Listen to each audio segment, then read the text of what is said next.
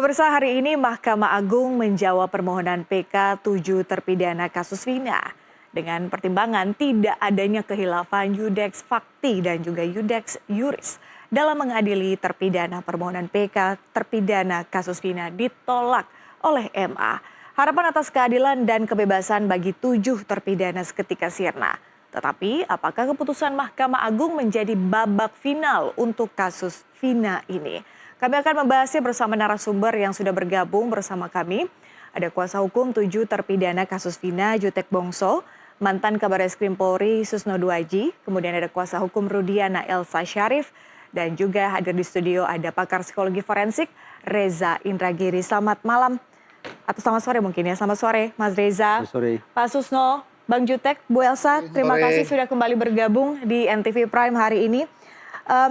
Sebelum kita mulai berdialog, saya ingin bawa dulu pembicaraan kita untuk mendengar terlebih dahulu apa yang disampaikan atau pernyataan yang disampaikan juru bicara Mahkamah Agung soal PK terpidana kasus Vina. Kita dengarkan bersama.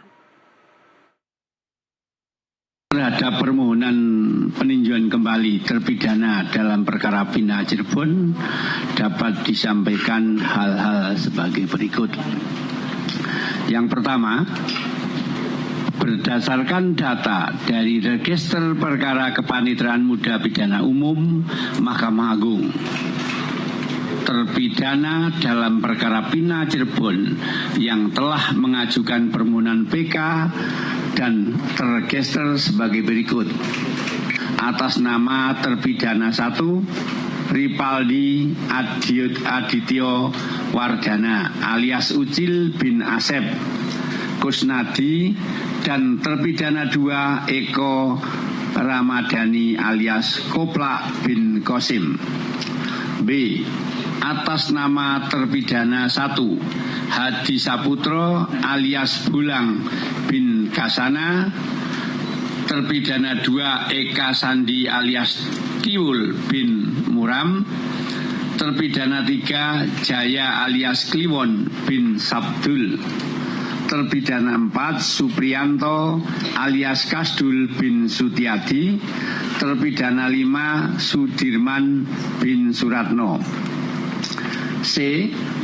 Atas nama terpidana anak, berdasarkan keputusan Ketua Mahkamah Agung Republik Indonesia nomor 119 KMA SK 7 2013 tentang penetapan Hari Musyawarah dan ucapan pada Mahkamah Agung Republik Indonesia, maka telah dilaksanakan musyawarah dan pembacaan putusan pada hari Senin tanggal 16 Desember 2024 dengan putusan yang pada pokoknya menolak permohonan peninjauan kembali para terpidana. Pertimbangan Majelis Hakim dalam menolak permohonan PK tersebut antara lain tidak terdapat kekhilafan Iudex Facti dan Iudex Iuris dalam mengadili para terpidana, dan bukti baru atau novum yang diajukan oleh terpidana bukan merupakan bukti baru sebagaimana ditentukan dalam pasal 263 ayat 2 huruf A KUHP. Baik, saya ingin mulai dialog kali ini kepada Bang Jutek tentu sebagai kuasa hukum terpidana. Bang Jutek, ketika Anda mendengar kemudian usaha Anda bisa disebutkan dibatalkanlah oleh Mahkamah Agung, PK-nya ditolak oleh Mahkamah Agung, padahal perjalanan ini sudah lumayan panjang kita ikuti bersama. Apa yang terbenak dalam pikiran Anda ketika pertama kali mendengar bahwa PK yang Anda ajukan ditolak? Ini Pak Patricia, pertama-tama tentu sebagai insan hukum, saya mesti katakan apa yang sudah diputuskan oleh Mahkamah Agung. Kami sebagai kuasa hukum dan penasihat hukum daripada 7 terpidana, kami hargai putusan pertimbangan Mahkamah Agung. Ya, suka tidak suka kami harus akui. Ya, langkah-langkah hukum tentu kami juga akan tempuh secara konstitusional yang dimungkinkan dalam sistem hukum negara Republik Republik Indonesia. Itu yang pertama. Yang kedua, hati kami mungkin secara keadilan, kemanusiaan tersentuh, ya, dengan melukailah ya rasa keadilan masyarakat. Tentu kami juga selaku penasihat hukum daripada 7 terpidana, kami sudah berusaha untuk melakukan yang terbaik. Kalau Mahkamah Agung tetap itu mengatakan itu bukan novum, kami juga aneh ya. Bagi kita masyarakat umum, ya nggak usah terlalu sulit jelimet kita berpikir. Dengan ekstraksi handphone percakapan Widi dan Vina, itu 2 minggu selama persidangan itu berlangsung, kami tahan seorang ahli IT untuk mengekstraksinya, untuk menghadirkan, membuktikan bahwa ada pertimbangan yang tidak dipertimbangkan. Ya, ada bukti yang tidak dipertimbangkan, ada bukti baru yang kami temukan menguatkan, ya, bahwa itu dikatakan bukan fakta keadaan baru, kami bingung ya di mana. Kemudian di dalam dakwaannya itu adalah adanya pembunuhan, ya, mereka ini didakwa pembunuhan. Ada saksi yang mengatakan melihat malam itu bahwa terjadi kecelakaan, ya, saksi itu memberikan kesaksian di bawah sumpah, ya. Mereka didakwa pembunuhan. Apakah itu bukan keadaan baru, ya, atau itu bukan sesuatu yang patut untuk menjadi pertimbangan? Itu juga kami pertanyakan. Belum lagi dengan banyak faktor ya, seperti yang sangat miris buat kami. Kami membuktikan dari awal mereka ini tidak pernah didampingi oleh penasihat hukum. Ya, sesuai dengan KUHP, di atas tuntutan 5 tahun, ya, bahwa mereka itu wajib untuk didampingi, ya. Ini prinsip Miranda Rules, ya. Prinsip Miranda Rules ini dilanggar nyata-nyata, dan banyak ya jurisprudensi Mahkamah Agung yang membatalkan putusan, ya, yang tingkat kedua dan bahkan kasasi terhadap pidana-pidana yang lain, ya. Ini jelas-jelas kami bisa buktikan mereka tidak didampingi oleh penasihat hukum, ini pun tidak dipertimbangkan. Itu sebabnya kami belum banyak mau berkomentar sampai kami mendapatkan salinan putusannya. Lalu kami baru akan mengambil langkah-langkah yang akan dilakukan lah. Hari ini kami bertemu dengan keluarga para terpidana, kami menenangkan mereka. Kami bertemu tadi, berkunjung ke Lapas Kesambi, Cirebon, untuk bertemu dengan 7 terpidana, kami kuatkan mereka. Secara manusia mereka terluka, frustasi, putus asa, penuh dengan tangisan di dalam lapas. Ya, kami pun ya menenangkan mereka. Kami tanyakan ya beberapa hal itu yang nanti akan menjadi langkah hukum kami. Satu hal Mbak Patricia, kami tanyakan tadi di lapas kepada 7 terpidana bahwa kami sampaikan ada beberapa langkah hukum yang dimungkinkan konstitusi kita, mulai dari gerasi, mulai dari abolisi, sampai kepada amnesti, sampai kepada jalur PK2, PK3. Kami sampaikan konsekuensinya kalau gerasi mereka harus mengakui perbuatannya, ya, bahwa mengakui adanya pembunuhan ini, baru memohon ampun, meminta pengampunan kepada presiden lewat presiden gerasi, minta diampuni. Mereka jelas-jelas sampaikan sampai 2 kali tadi saya tanyakan kepada mereka untuk memastikan. Mereka jawab kalau itu yang harus dilakukan, bahwa mereka harus dulu mengakui bahwa mereka melakukan pembunuhan, mereka tidak bersedia. Mereka katakan lebih bagus kami mati dan menjalani pidana ini sampai mati, sampai busuk di dalam penjara. 2 kali kami tanyakan, jadi mereka tidak mau kalau langkah yang kami ambil itu nanti adalah mengharuskan mereka mengakui perbuatannya. Karena mereka sampai hari ini bersikuku dan tetap mengatakan mereka bukan pelakunya dan tidak melakukan pembunuhan. Bang Jutek, gitu, salinan MA infonya dapatnya kapan? Besok tim akan datang ke Mahkamah Agung, kami akan secepat mungkin bekerja, ya, kami akan rapat tim, ya, akan rapat, kami akan menentukan langkah-langkah hukum, ya, kami akan memohon audiensi mungkin dengan DPR RI, kami akan audiensi nanti dengan Kapolri, kami akan audiensi nanti dengan beberapa Menko yang membidangi, Menko Hukum, HAM, dan Imigrasi, kemudian kami akan audiensi mungkin dengan Menko Polhukam, ya, nanti kami akan audiensi mungkin memohon waktu Bapak Presiden Republik Indonesia. Kami akan bercoba lah mengambil langkah-langkah jalur di luar hukum. Kami akan konsultasi, menyampaikan fakta yang ada. Mudah-mudahan ya ada jalan. Intinya kami yakinkan sama mereka ini bukan kiamat ya, karena kami ini penegak keadilan, kami tidak pernah pantang mundur ya. Kami akan menegakkan keadilan apapun yang terjadi ya. Ada semboyan kami ya, Baik. Justisia Fiat Quod Corum itu ya. Baik, saya ingin ke Pak Susno. Pak Susno, apa reaksi pertama Anda ketika mendengarkan PK terpidana kasus Vina ditolak, Pak? Pertama saya berduka cita ya. Saya berduka cita, saya kaget. Apa yang menurut saya tidak mungkin ternyata terjadi. Dan ini langsung saya katakan, bahwa kebenaran dan keadilan di Indonesia ini susah mencarinya. Yang kasat mata pun sulit dicapai.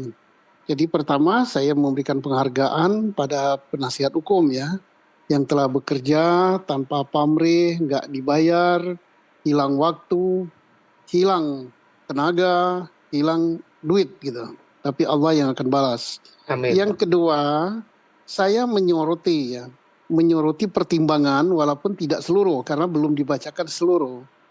Pertama ditolaknya itu karena tidak ada kekeliruan hakim.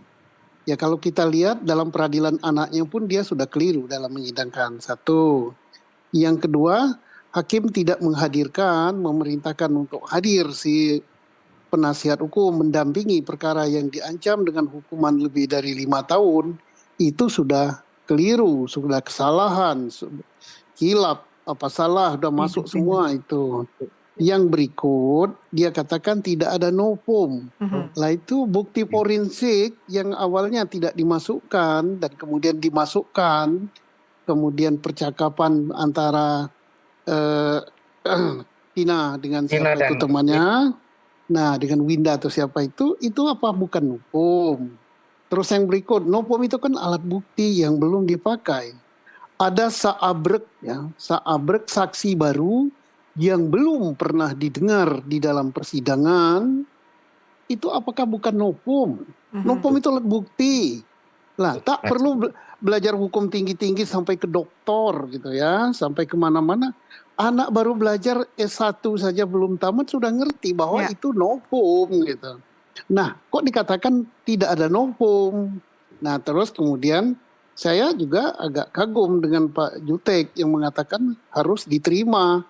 Ya kalau saya katakan hukum mengatakan untuk putusan yang dirasakan tidak adil dan tidak bisa cocok dengan kita bukan diterima.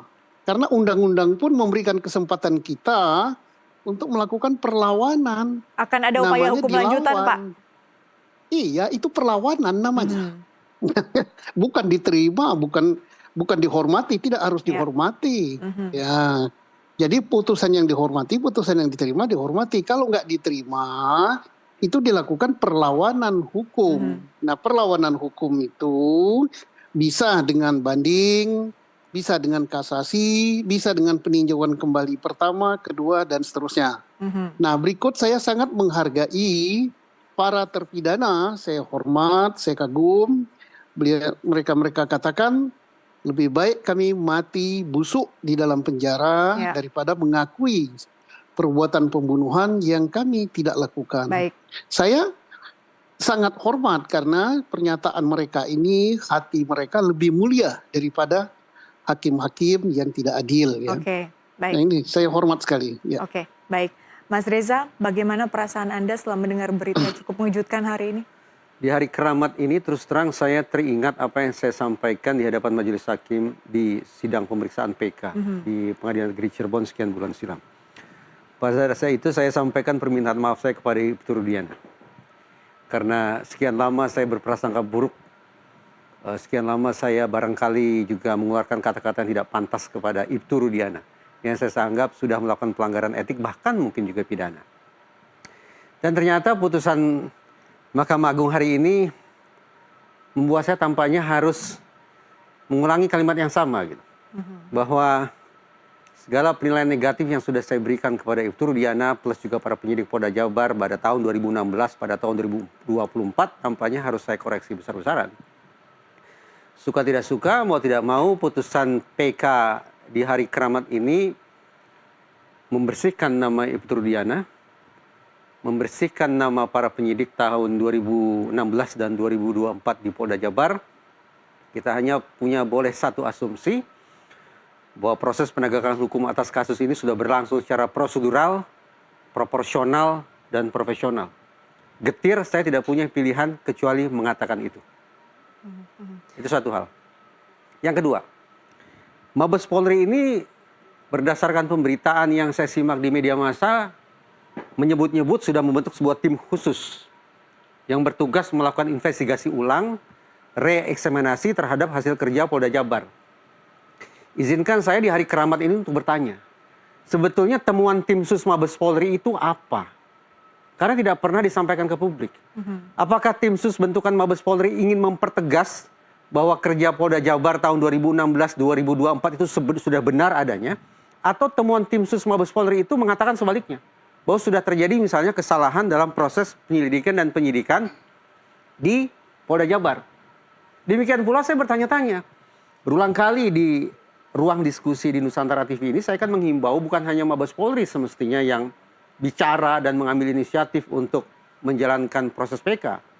Tapi Otoritas Kejaksaan Agung, Komisi Kejaksaan, Mahkamah Agung, dan Komisi Yudisial pun semestinya terpanggil untuk memberikan atensi ekstra terhadap kasus ini. Jadi bukan hanya dari pihak terpidana?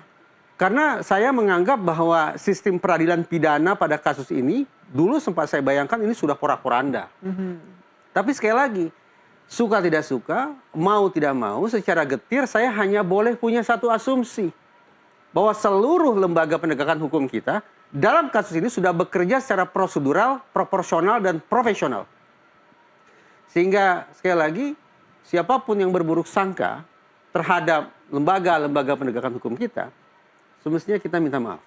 Walaupun sekali lagi izinkan saya untuk bertanya, berarti temuan tim sus Mabes Polri itu apa? Sayang tidak diungkap ke publik.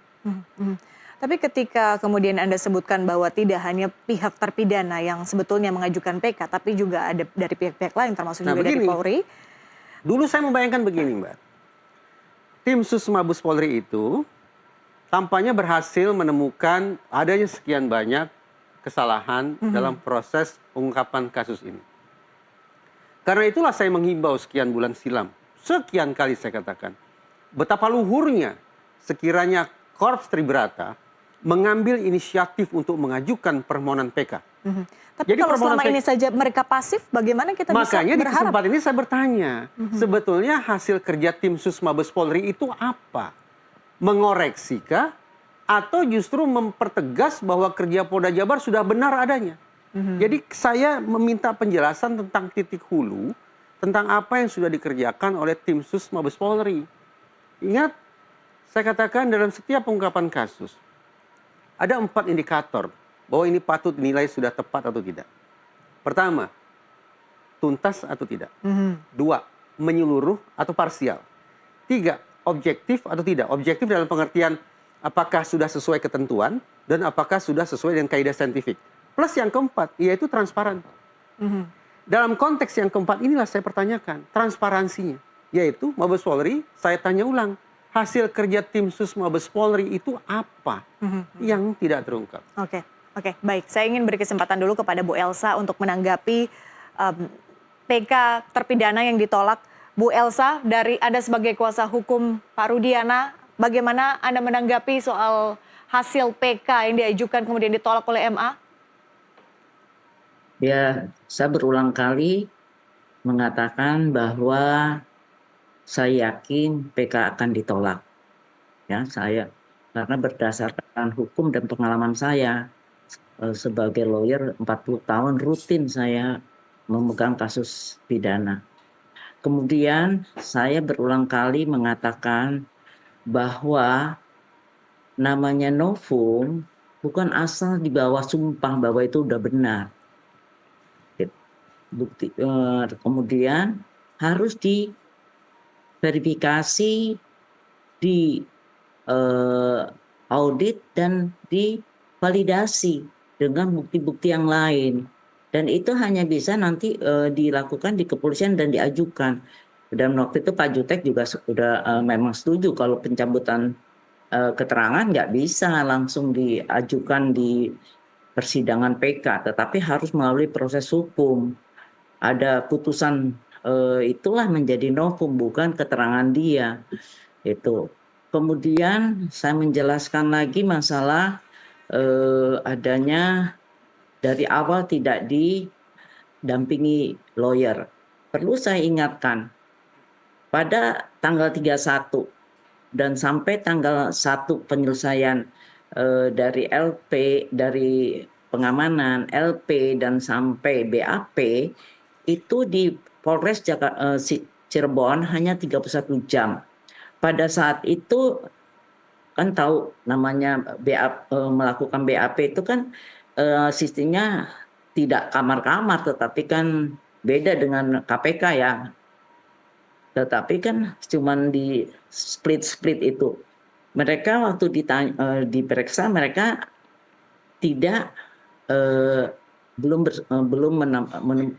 bersedia didampingi. Tapi ini kan 1 kali 24 jam adalah kewenangan dari penyidik. Dan yang pasti itu berderet-deret itu 8 orang itu, yang jelas Saka Tatal didampingi oleh ibunya, didampingi oleh ibunya, tantenya, dan kakeknya. Dan itu kalau misalnya ada penyiksaan, itu pasti kedengaran. Ini orang satu ruangan kecil, kok saya udah lihat di Polres Cirebon itu. Ya. Jadi 31, tunggu dulu, saya ini 3 orang lawan sendiri ya, saya harus jelasin untuk menjawab semuanya, Patrick. Kami ya, sedang tidak ingin melawan Anda, Bu. Kami hanya memberikan kesempatan untuk Anda menyampaikan aspirasi. Saya tidak ada perlawanan. Ya. Harus nggak ada lawan, Bu. Saya juga tidak ada lawan. Kami tidak dalam posisi untuk melawan Bu Elsa. Ya, silakan, Bu. Saya nimba ilmu juga, Bu. Bukan lawan saya, Bu. Saya memang bukan lawan, cuman saya bilang tunggu dulu. Keterangan yang 3 dari narsum harus saya jawab 3-tiganya supaya publik mendengarnya dengan baik. Dan kemudian surat kuasa yang udah ditandatangan dan saya melihat buktinya itu tanggal 2 September. Dan tanggal 2 September itu sudah diperintahkan pindah ke Polda Jabar. Dan kemudian tanggal 2 itu juga 7 terpidana ini sudah didampingi oleh Pak Yogi, kalau nggak salah mantan polisi juga. Dan kemudian kan Saka Tatal langsung didampingi oleh Pak Samsudin ya. Dan Bu Titin. Jadi tidak benar kalau tidak didampingi. Dan kemudian masalah ekstraksi. Ya. Nah, ekstraksi itu juga sudah saya bahas. Ekstraksi, mungkin saya perlu beritahu bahwa saya membuat amicus curiae ya atas PK-nya Saka Tatal dan atas PK-nya 7 terpidana. Kalau membaca amicus curiae baru bisa jelas mengapa permohonan PK itu ditolak. Itu ekstraksi pada jam 20.20 itu masih ada komunikasi tentang mau beli makanan segala rupa. Terus setelah jam 20 itu stop dan kemudian ada SMS dari HP-nya Vina itu ini sapa. Jadi tidak nyambung. Jadi diperkirakan itu adalah si terpidana sendiri yang melakukan. Bu Elsa, mohon maaf, kita akan bahas lebih lanjut tadi soal pertimbangan MA, termasuk juga dengan novum yang dianggap bukanlah sebuah bukti baru. Kita akan bahas, tapi kita harus jeda terlebih dahulu, Bu. Kita harus azan maghrib, kita kembali usai jeda. Pemirsa tetaplah di NTV Prime.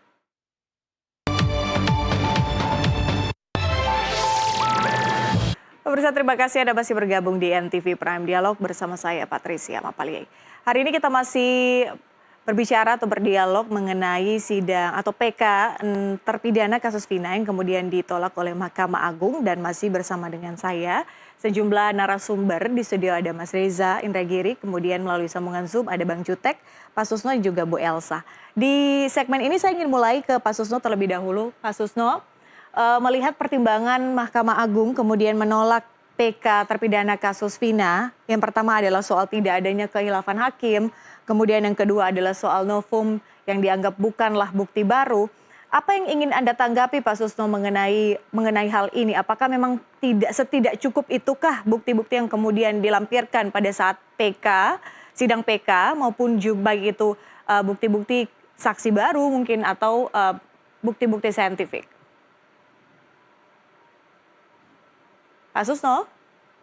Baik, nampaknya Pak Susno belum bergabung kembali. Oh, oke. Saya ingin ke Mas Reza terlebih dahulu kalau gitu. Mas Reza, saya masih berkaitan dengan dua tadi, soal tidak ada khilafan hakim. Yang kedua soal novum yang dianggap bukanlah bukti baru.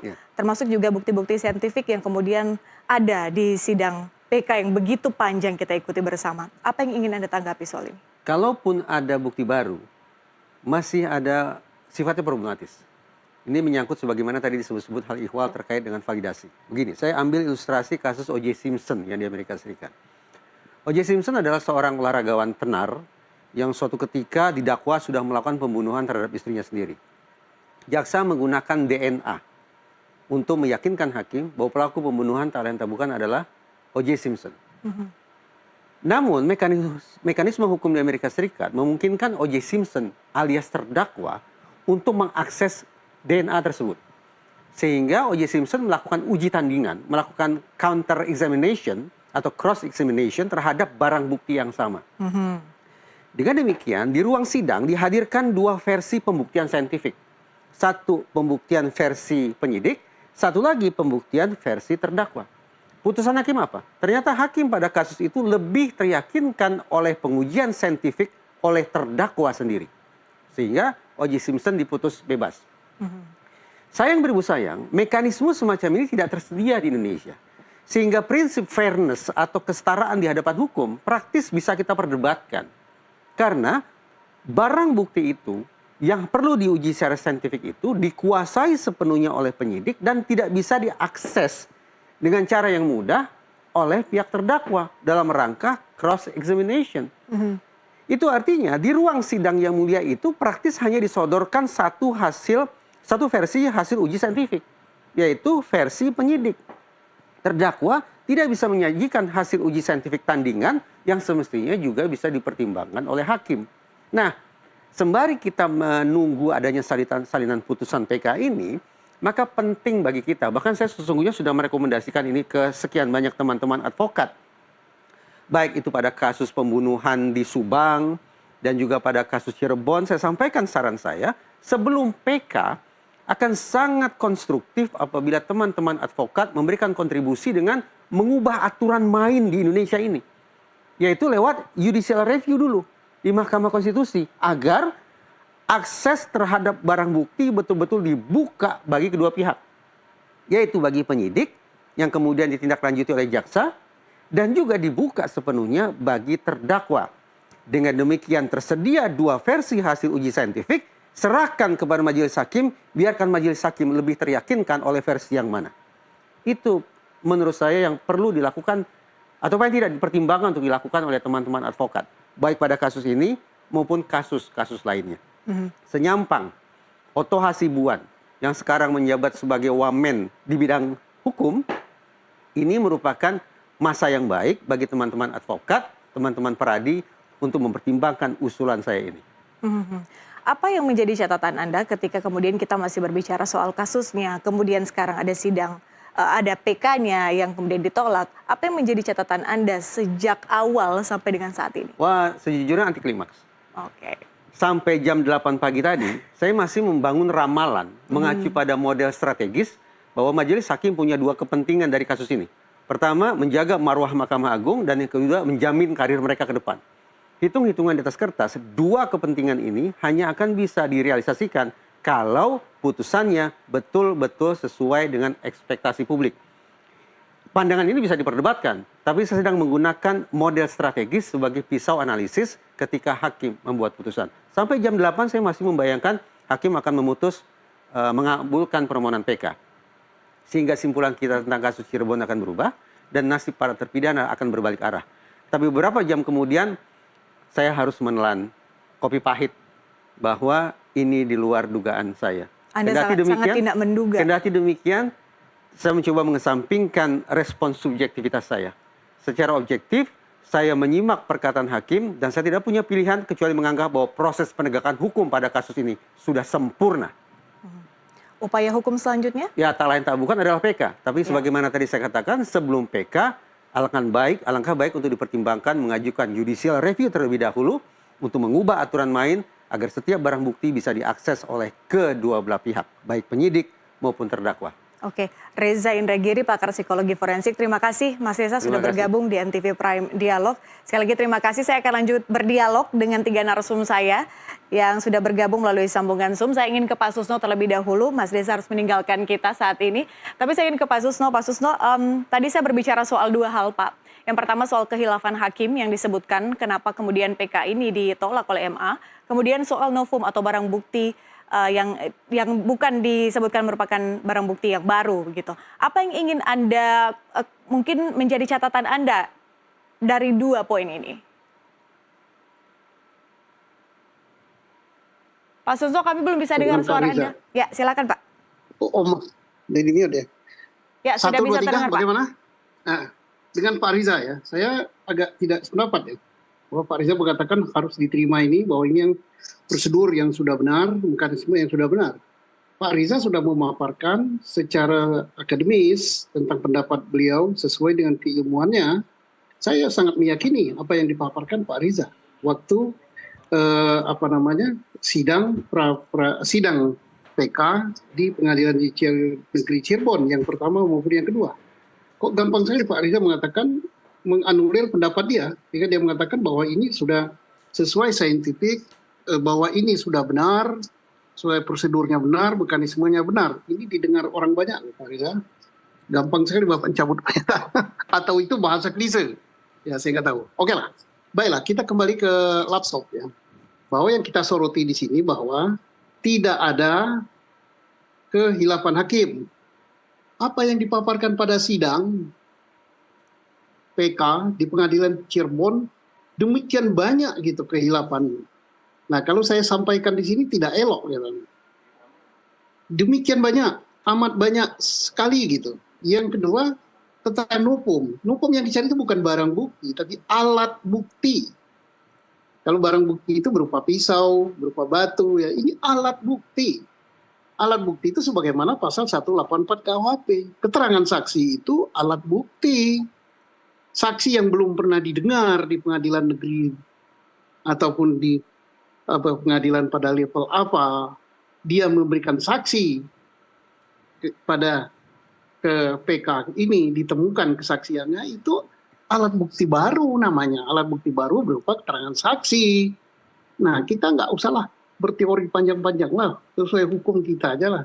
Siapa yang mengatakan itu bukan alat bukti? Itu alat bukti baru.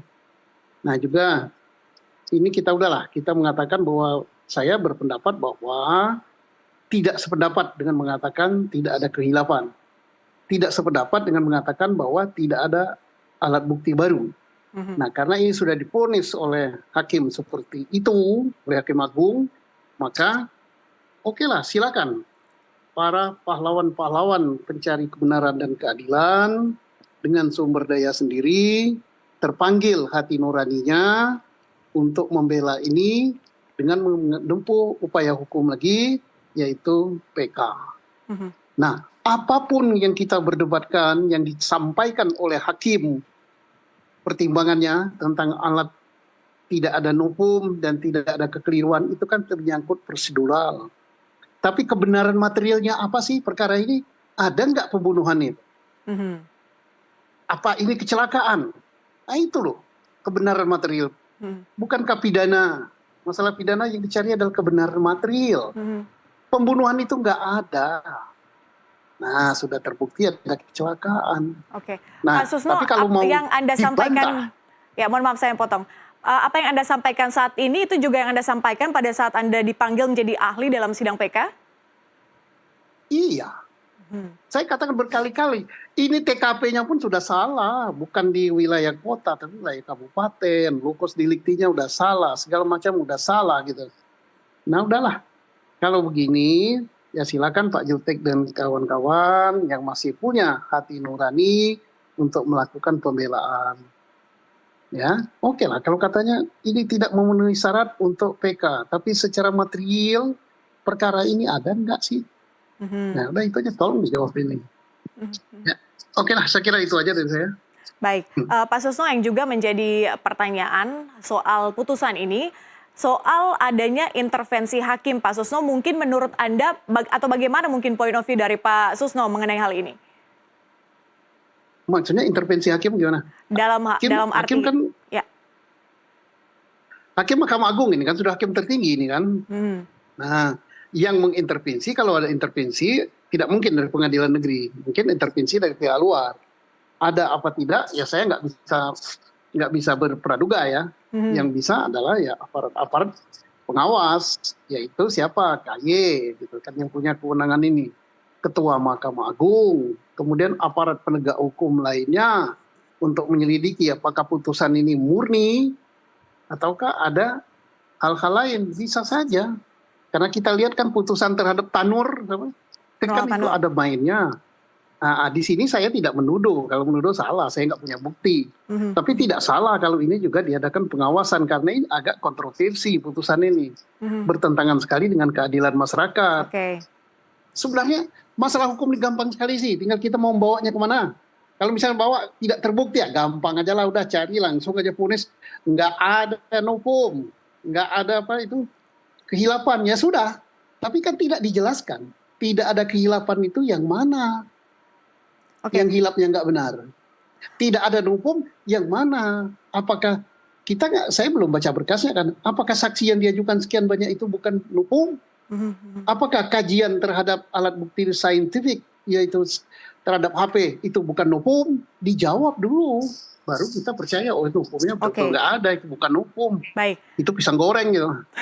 Baik, Bang Jutek, saya juga ingin meminta pandangan Anda sebagai kuasa hukum ketika kemudian ada dua alasan ini yang menjadikan PK klien Anda ditolak. Ada soal tidak ada kehilafan hakim, kemudian novum yang disebutkan bukanlah bukti baru. Sebetulnya apa yang menjadi sudut pandang gitu ya dari kuasa hukum para terpidana ketika mendengarkan kesaksian atau mungkin mendengarkan dari hakim yang disampaikan oleh Mahkamah Agung hari ini?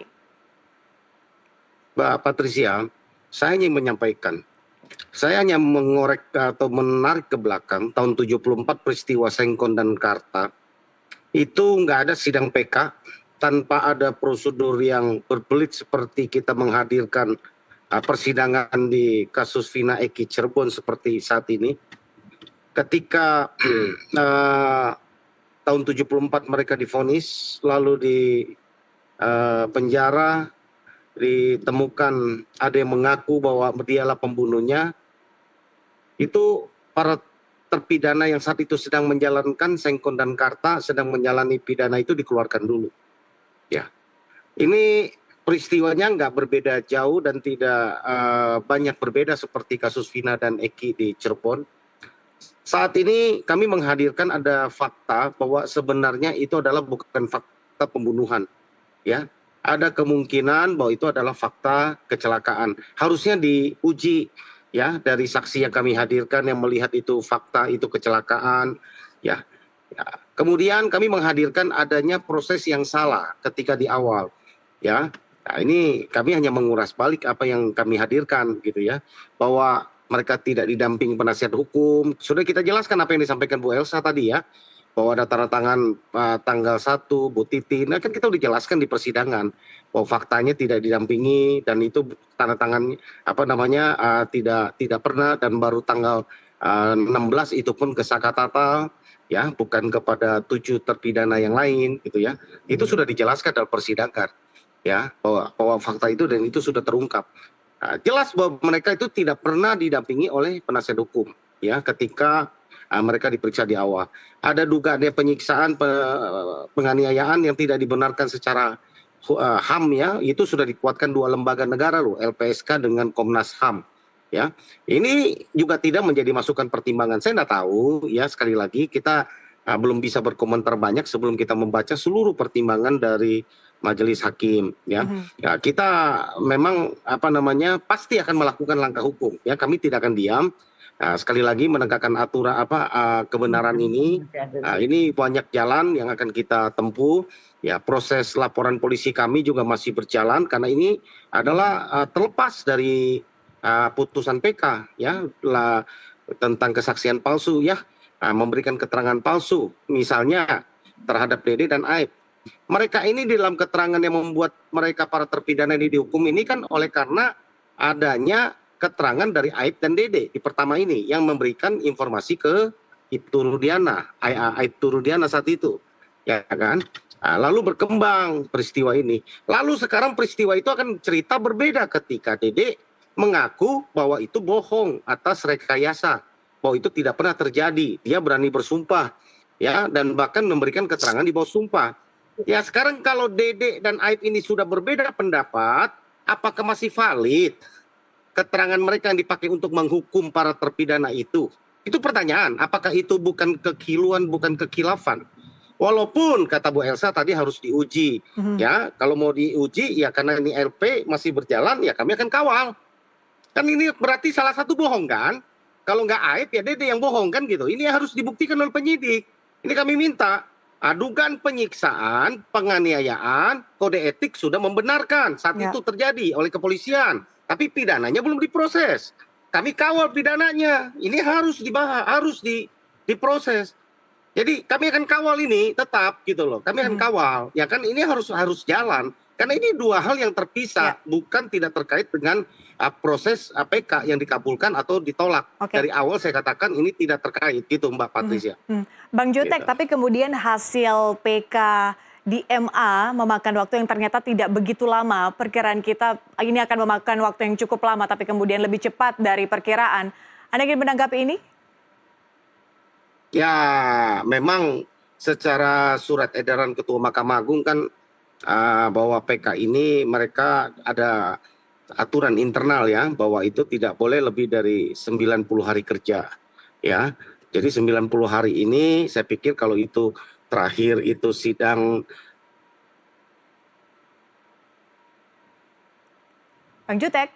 Sakatatal dimulai dengan terakhir pas lah kurang lebih gitu. Ya, saya pikir pas memang ya kurang lebih lah ya. Itu apa yang disesuaikan karena maksimum di 90 hari.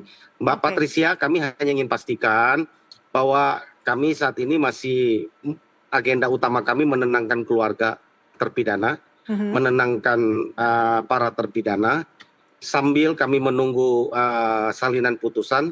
Sesudah itu baru kami akan mengambil langkah hukum lanjutan ya terkait dengan laporan kami di Mabes Barreskrim.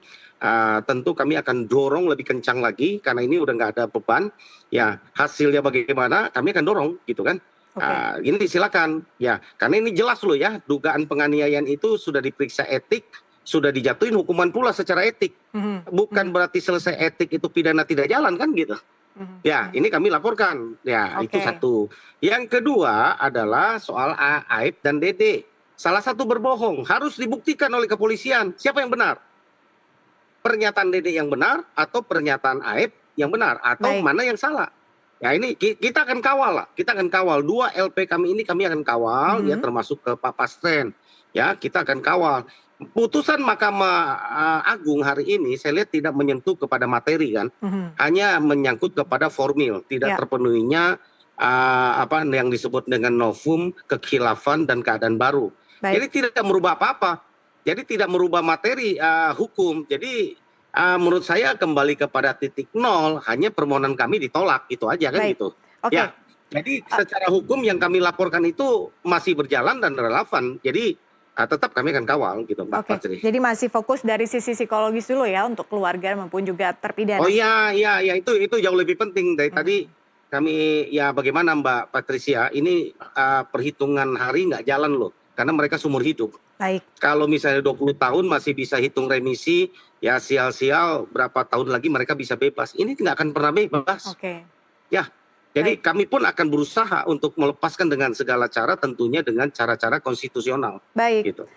Bu Elsa, waktunya Anda mengomentari apa yang tadi mungkin tidak selesai di segmen awal, tapi kemudian ini berkaitan dengan dua hal tadi yang tadi juga saya tanyakan kepada semua narasumber adalah soal kehilafan hakim maupun juga novum yang disebutkan bukanlah bukti baru. Apa yang ingin Anda sampaikan? Ya, ingin saya sampaikan bahwa kan kejelasan detailnya terhadap putusan itu kan kita belum terima ya, sehingga kita tunggu putusan itu. Dan jadi tidak ada kehilangan hakim seperti apa, ya kan gitu.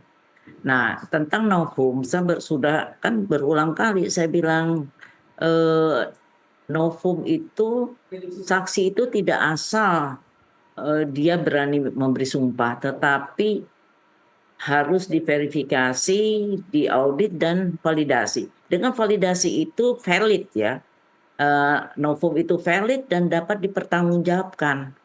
Kita sebagai contoh aja. Ada dasarnya nggak itu, Bu? Ada itu, bukan gimana? kita. Bahwa teori itu hukum saya teori hukum ngajar, Pak. Ya. Saya ini belajar dari Ibu. Saya nyerap ilmu. Ya, saya nggak ada waktu untuk menjelaskan. Saya nanti nggak selesai saya memberi keterangan. Bahwa nanti. Itu harus ini itu di UHAP apa di mana? Validasi, iya memang itu teori. Ya kan teori kan belum. Ya, teori hukum itu yang digunakan dalam praktek, Pak. Iya, tidak jadi hukum positif kita. Sekarang saya kan nggak selesai saya memberi keterangannya, Pak. Kita berikan kesempatan untuk Bu Elsa berbicara. Tolonglah saya bicara dulu. Baik, silakan, ya, Pak. Bu Elsa. Kalau nanti kita berdua lah kita akan memberikan sharing ya. Saya nggak berani bilang Bapak belajar sama saya. Bapak kan lebih bintang 3, saya kan nggak ada bintangnya. Dan kemudian saya itu harus namanya novum itu di valid, ya, akurat, dan itu dapat dipertanggungjawabkan. Sebagai contoh, ya, sebagai contoh, saya ini bikin amicus curiae yang nanti akan saya bukukan dan akan bisa dibaca se-Indonesia. Mungkin tahun depan selesai karena amicusnya sudah selesai kan. Sudah saya kirim ke Mahkamah Agung. Di situ saya menjelaskan secara detail baik teori maupun praktek. Dan kemudian saya kan juga pengajar, dosen. Dan kemudian saya juga menjelaskan sebagai contoh ada saksi. Jadi bukan saksi baru aja, berbeda dengan yang dulu, bukan begitu. Tunggu Mbak, saya tadi kan terhenti karena dipotong Mbak. Bu Elsa, ada kemudian, mohon maaf saya potong. Kalau Anda berbicara soal keterangan saksi harus valid, ada keterangan Aep dan juga Dede yang sepertinya semakin kesini sudah bertolak belakang, Bu. Artinya apa yang ingin Anda jelaskan itu harus diproses hukum. Harus diproses hukum, Mbak, praktis.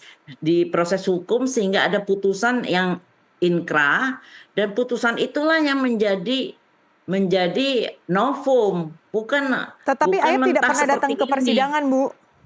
Bukan persidangan PK, Mbak. Ini kan nggak ngerti proses hukum sih, nggak menghukum acara. Maksudnya di perkara yang benar. Maksudnya sekarang kan Pak Jutek sedang melakukan upaya hukum nih, Pak Jutek. Melaporkan Aep. Nah, buktikan nanti dalam proses itu bukan di putusan, bukan di perkara PK loh. Itu setelah nanti inkrah, hasil inkrahnya apakah Aep yang benar atau Dede yang benar, itulah yang menjadi novum. Begitu, bukan Aep nggak pernah datang, memang nggak perlu datang. Kalau PK itu kan kewajiban dari si pemohon PK untuk membuktikan. Jadi kalau orang nggak ngerti aturan KUHAP, jadinya kayak begini. Dan ini sudah main medsos dan sudah memberikan image, sehingga main medsos ini jadi merasa yakin akan benar. Jadi kan nyatanya kan enggak, PK-nya ditolak. Baik. Dan kemudian, kalau gitu Bu Elsa, apa yang menjadi ini saya masih bersama dengan Bu Elsa. Bu Elsa, apa yang menjadi catatan Anda kalau gitu dari sisi sistem peradilan melihat kasus ini? Ya, kita kan ada aturannya, ada KUHAP, ya, ada KUHP. Nah, KUHAP ini mengatur semua tentang aturan-aturan prosedur hukum, prosesnya. Ya. Jadi kalau tidak mengikuti ya otomatis tidak bisa dianggap novum itu valid, akurat, dan tidak bisa dipertanggungjawabkan. Sebagai contoh ya, saya kan membahas ada saksi mengatakan Eki itu meminum Zenith 10 butir, umur 16 tahun. Dan setelah saya konsultasi sama dokter dan farmasi, dari hasil kalau minum itu umur segitu, nggak usah naik motor lagi, udah DOD dia, Ya. udah mati di tempat. Nah seperti itu kan tidak logika, Oke. tidak valid. Bu, Jadi akan hal-hal ada seperti itu. ya akan ada langkah hukum lanjutan yang akan dilakukan oleh tim kuasa hukum dari terpidana. Tanggapan Anda, Bu? Ya nggak apa-apa, silakan. Memang bebas kok. Siapa Ya. yang mau melarang? Oke. Iya, silakan mau Pak sampai kapanpun silakan. Baik. Bagi kita nggak ada masalah. Kalau saya jelas Pasren dinyatakan Pasren, mereka menginap di Pasren.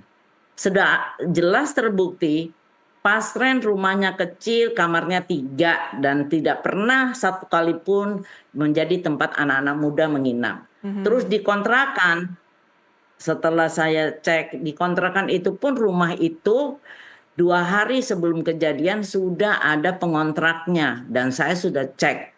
Jadi hal-hal demikian banyak bukti-bukti yang saya dapati juga yang saya masukkan dalam amicus curiae. Sehingga saya bilang semuanya harus bukan asal memberi kesaksian di bawah Baik. sumpah, tapi harus akurat, Harus valid validasinya dan juga jelas. akurat. Kemudian ada validasi. Baik. Iya, Pak dan Susno? mudah diverifikasi atau diaudit. Ya, Baik, Pak Susno, Ya. apa yang menjadi masukan Anda untuk tim kuasa hukum terpidana yang masih akan berjuang, Pak, setelah PK-nya ditolak? bagus. Ya silakan berjuang, masih ada jalan. Carilah kebenaran material gitu. Ini enggak. Kebenaran materialnya bagaimana, bahwa ada peristiwa pembunuhan apa tidak, kemudian apakah orang yang sekarang di dalam penjara itu kalau ada pembunuhan itu pelakunya. Jadi kita cari kebenaran material kan, karena jangan sampai karena orang ini kan tidak menghitung hari dia di dalam itu, tapi menghitung kapan dia mati.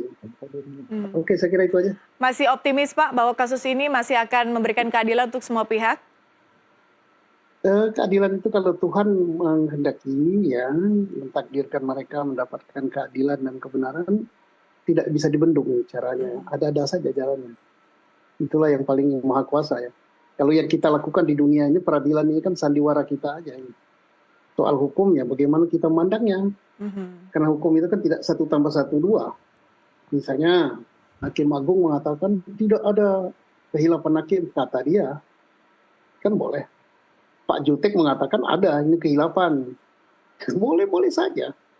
Nah, kemudian tidak ada novum, yang novum tuh harus begini-begini, kata dia. Kata yang ini begitu. Ya, apalagi kalau berada pada posisi hakim, apa yang dia bilang kan nggak bisa dibantah kan. Jadi, tapi ingat tanggung jawabnya kepada ilahi, itu saja. Kita ini akan mati. Hidup di dunia ini kalau di akhirat itu kan hanya berapa katanya, 45 menit ya. Ya. Nah, situlah kehidupan abadi. Rasakan nanti. Ya. Oke. Cukup lah. Oke, Bang Jutek, terakhir sebagai afirmasi apa rencana tim kuasa hukum terpidana setelah PK ditolak? Ya, kami banyak langkah yang akan kami lakukan, Mbak Patricia. Ya, apa yang Pak Susno sampaikan saya setuju tadi. Ya, ini sudah diputus oleh hakim.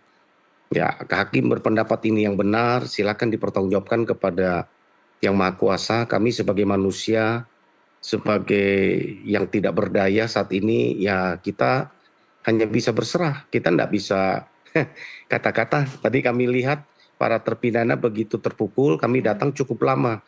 Sampai habis suara saya menenangkan mereka ini. Ya, kami ya sama-sama kita berpelukan, kita menangis, kita kuatkan mereka. Dalam arti kata, ya itu yang pertama kita lakukan. Setelah ini kami akan memikirkan langkah lanjut setelah kami membaca seluruh berkas pertimbangan hakim. Yang sementara diumumkan kami kan dapat menangkapnya hakim itu menolak secara formil bahwa sesuai dengan KUHAP 263 ayat 2 ya dan 3 bahwa itu seluruh persyaratan PK ya secara formil kita dianggap tidak memenuhi ya. Ya nggak apa-apa, ya baik itu kekhilafan, kekeliruan, jurid faksi, jurisnya atau novum dianggap tidak ada. Ya kita lihat pertimbangannya bagaimana. Ya. Karena menurut kami itu kita hadirkan novum, hadirkan kekeliruan, pertentangan keputusan, kita hadirkan ahli untuk menjelaskan. Ya semua itu seperti tidak berdaya. Itu yang tadi katakan di hukum itu 1 tambah 1 tidak otomatis 2. Ya. Bisa jadi 1, bisa jadi 2, bisa jadi 3, bisa jadi 10. Tergantung sama dengan ibarat selalu saya juga sampaikan ketika saya mengajar kepada teman-teman mahasiswa, saya sampaikan ya, kita ibaratkan kita memegang seekor burung ya di tangan kita. Lalu saya bertanya kepada mahasiswa, burung di tangan saya ini hidup atau mati?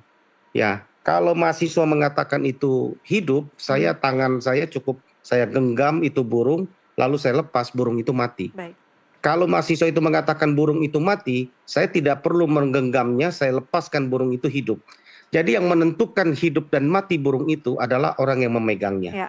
Ya, saat ini kita percaya bahwa para hakim itu ibarat yang memegang burung tadi, ya. Nah, saya ibaratkan itu ya di tangan majelis hakim yang agung itulah bisa melihat fakta yang kami hadirkan itu sesuai tidak dan sebagainya. Ya, jadi marilah kita terus berjuang. Kami tidak putus asa, kami terus kuatkan, kami tetap semangat. Secara manusia kami tentu terpukul ya, karena kami yang menangani mereka, kami yang sering berbicara dari hati ke hati dengan mereka. Kami yang melihat cerita mereka itu betul apa tidak, ya kami yang bertemu, kami yang berkomunikasi lah dengan para terpidana, dengan keluarga, ya. Jadi secara manusia, biar kami cooling down dulu Mbak, ya dari tadi begitu banyak undangan, dari teman-teman media juga banyak yang saya mohon maaf, karena saya tidak bisa berkomentar apa-apa, karena kami belum membaca pertimbangan-pertimbangan putusan. Baik gitu, Bang Jutek. Bang Jutek, terima kasih sudah hadir di NTV Prime. Salam untuk para terpidana maupun juga keluarga. Dan terima kasih Pak Susno Duaji sudah bergabung di NTV Prime Dialog hari ini Pak. Dan berbagi perspektif atau pandangannya. Kemudian Bu Elsa Syarif, terima kasih Bu Elsa. Salam untuk Pak Rudiana. Salam sehat semuanya. Kita jumpa.